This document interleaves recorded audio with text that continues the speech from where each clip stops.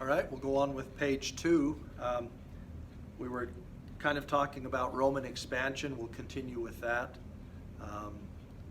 The Carthaginian navy blocked Roman expansion in the Mediterranean region. Carthage was a city-state. It's located on the northern part of Africa, sorry. Anyway, we'll get into that. So page 2, we'll go to number 23 today. So we start out with the Punic Wars. These wars strained Rome's resources.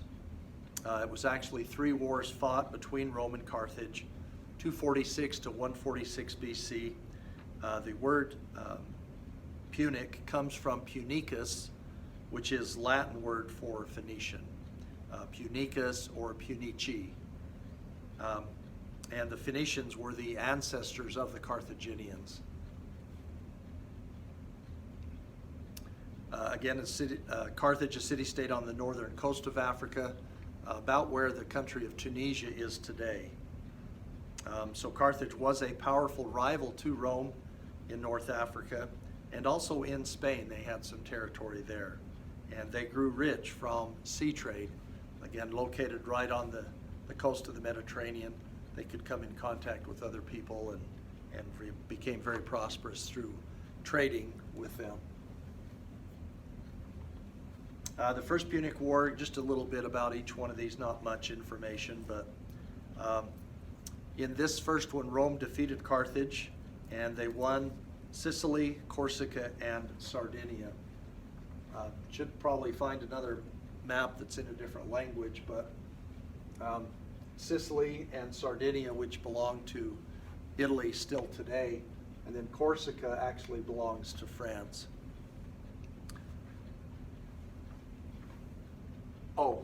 So on the next one, I'm going to be talking about Hannibal and how he led his men in a group of elephants. And this red line shows the route that they took up over into the Alps and down into the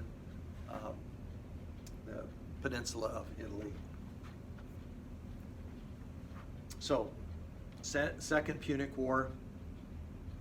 Hannibal and about 40,000 of his men created his army, and he had about 37 elephants that he tried to take over the Alps. Not a great idea. He lost about half of his men and all but 1 elephant. Rome eventually won at the city of Zama. Okay. And one thing to keep in mind is these Punic Wars, again, it was a 100-year period, but it wasn't continual fighting for that whole time. 50 years later, we have the Third Punic War. So in this one, Rome completely destroyed Carthage, and any of the survivors were killed or sold off as slaves. The city of Zama was where they were defeated. Hannibal and his men were defeated at that location. Hannibal fled to what is now Turkey, again fleeing for his life to the east in Turkey. He was exiled there and later committed suicide. Any possessions in North Africa became Roman, ending the Third Punic War.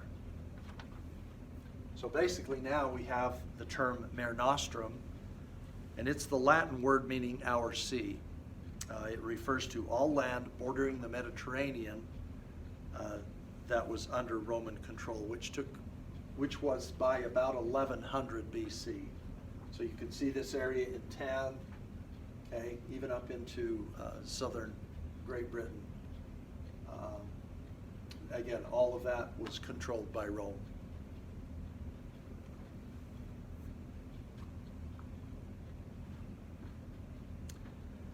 Roman expansion led to some changes in the government, in the Republic. The Senate increased its power. There was some corruption that was taking place in the government, especially in the provinces. So let's go back one. So if you can imagine, if you're the Roman leader and you're located up here in what is now France today, and you need to send a message here, you know, it might take a few days or a week to get that message to Rome and then back to you. Or what if you were over here in North Africa? You know, you had to go all the way around, go across by boat. It would take a long time to get that message. So many of these leaders started to make their own decisions. Well, I'm the leader here, I'm going to make that decision. So kind of undermined the main government in Rome.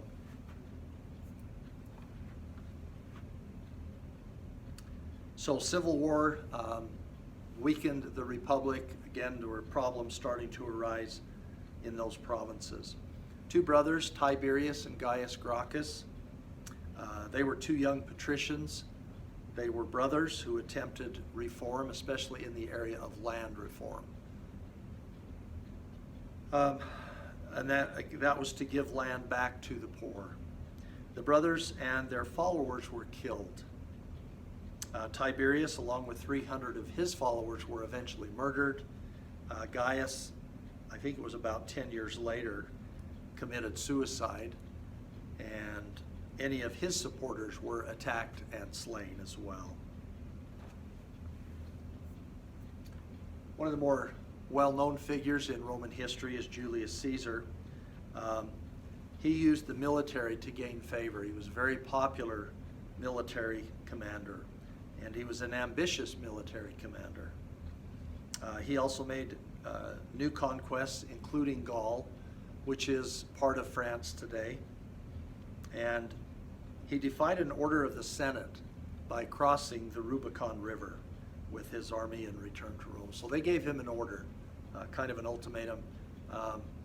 You may return to Rome, but don't do it with your army. If you do, you are defying an order of the Senate. Well, he crossed the river with his army.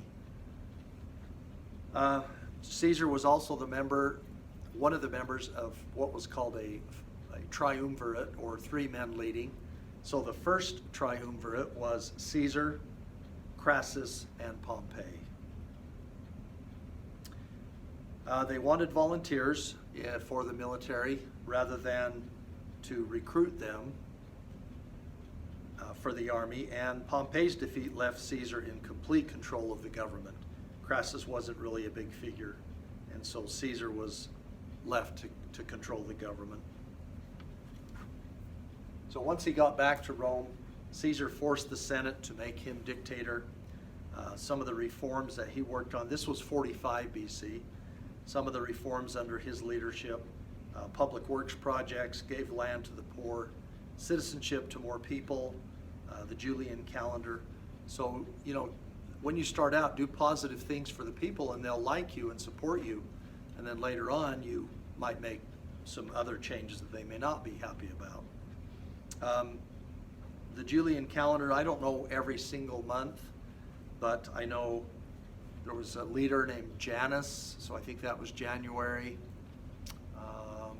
Let's see, July, of course, for Julius Caesar. August for Augustus Caesar, we'll talk about him. October was for Octavian.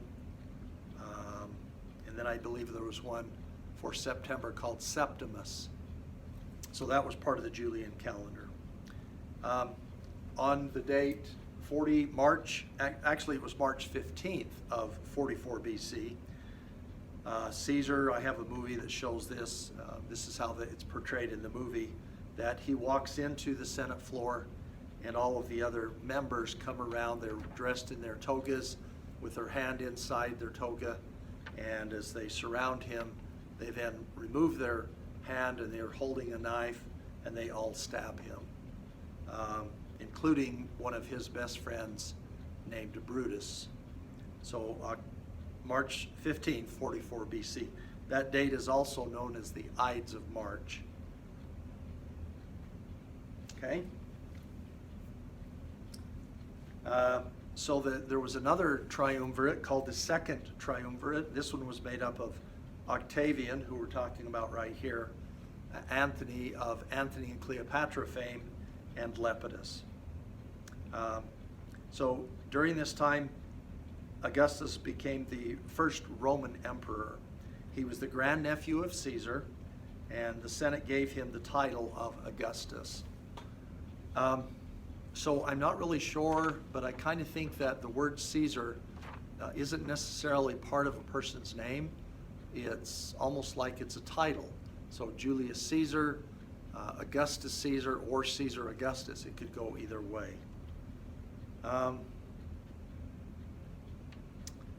He, Octavian or Augustus, laid the foundation for a more stable government.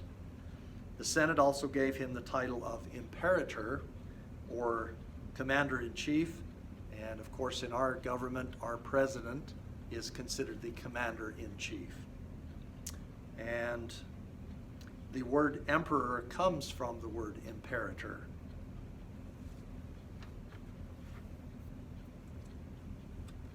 All right, from AD 14 to 180 is called the Early Empire, and the Pax Romana, or Roman peace, was 200 years of peace and prosperity. This one was about those same times, 27 BC to 180 AD. During that time, 100 million people of different races, faiths, and customs were under the umbrella of Roman authority.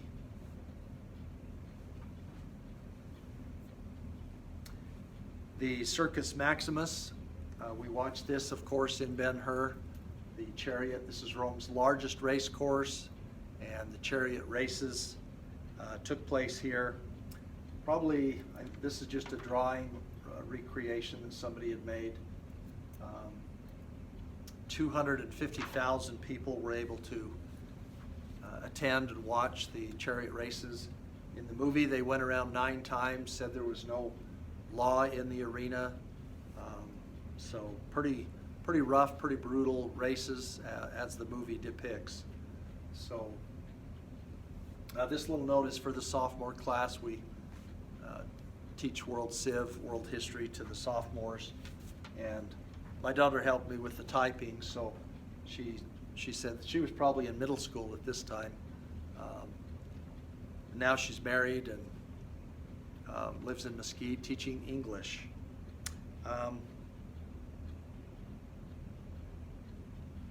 I was just going to make a comparison. So we have some stadiums here in Utah, BYU, Brigham Young University, their stadium, I believe, holds about 65,000. I know there was the Olympic Stadium in Seoul, Korea, very large, holds 100,000 people. So compared to this one with 250,000, that's pretty amazing. And that's the end of page 2. Thank you.